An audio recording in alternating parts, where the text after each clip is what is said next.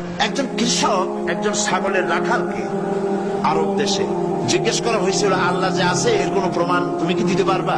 তুমি কি প্রথমে বলো আল্লাহ আছে, তুমি কি বিশ্বাস করো? অবশ্যই করবো। আল্লাহ আছে এর কোন প্রমাণ আছে তোমার কাছে? কোনো প্রমাণ নাই, তবে আমি বুঝি আল্লাহ আছে। বলে কেমনে? যে আমি তো ছাগলের রাখাল, আমি তো লেখাপড়া করিনি, আমি দার্শনিকও না বিজ্ঞানীও না কিছু না, ছাগল পালি।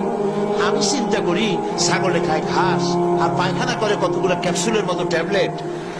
আল্লাহ না থাকবে এগুলো হয় কেমন? ওর মাথা যেমন ও বুঝছেও তেমন।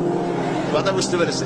ছাগলের রাখাল ছাগলের পায়খানা দেখা ওর মনেও চিন্তা আসে, নিশ্চয়ই কেউ পরিকল্পনা করে এরকম করে।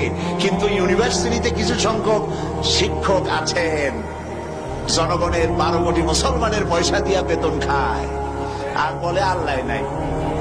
একজন তো এই কথা কয়ে মরিয়ে গেছে। মরার সময় বেচারা বুঝতে পারছে যে কবরে গেলে দশাটা কি হবে, সেই জন্য কবরে যাব না। বলে দিল আমার দাফন করবে না, কাফন দিবা না, জানাজা দিবা না, এমনি নিয়া ফেলাইতো।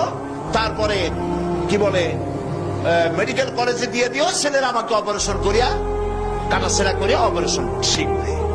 তার ওসিয়ত অনুযায়ী কাজ হয়েছে। এত বড় বুদ্ধিজীবী, তো তার ওসিয়ত তো শোনাই লাগে। ওর কাফনও হয় নাই, দাফনও হয় নাই, গোসলও হয় নাই, কপালে নাই, কি হবে? তারপরে থুইছে বার্ডেমের মধ্যে। কিছুদিন পর তাকে পাঠানো হয়েছে মেডিকেল কলেজে। মেডিকেল কলেজের ছাত্ররা যখন শুনলো যে ওই লোকটার লাশ আসতেছে, ওরা দাঁড়ায় বলছে আল্লাহর রাস্তে মাফ চাই, এই হুজুরের এখানে আনবেন না। উনি বেঁচে থাকতে আল্লাহর অস্বীকার করছে। এখন ওনারে কাইটে যদি আমরা অপারেশন শিখি, তাহলে যে রুগীরে ধরবো যাও বাঁচবে, ওইটা মরবে। কাজী এদের ফিরাও।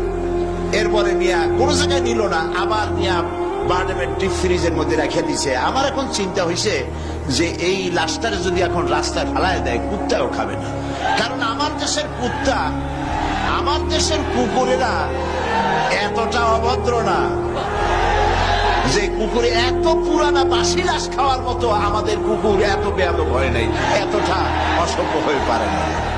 কাজী আল্লাহর সাথে যারা নাফরমানি করে, আল্লাহ এরকম দেখান।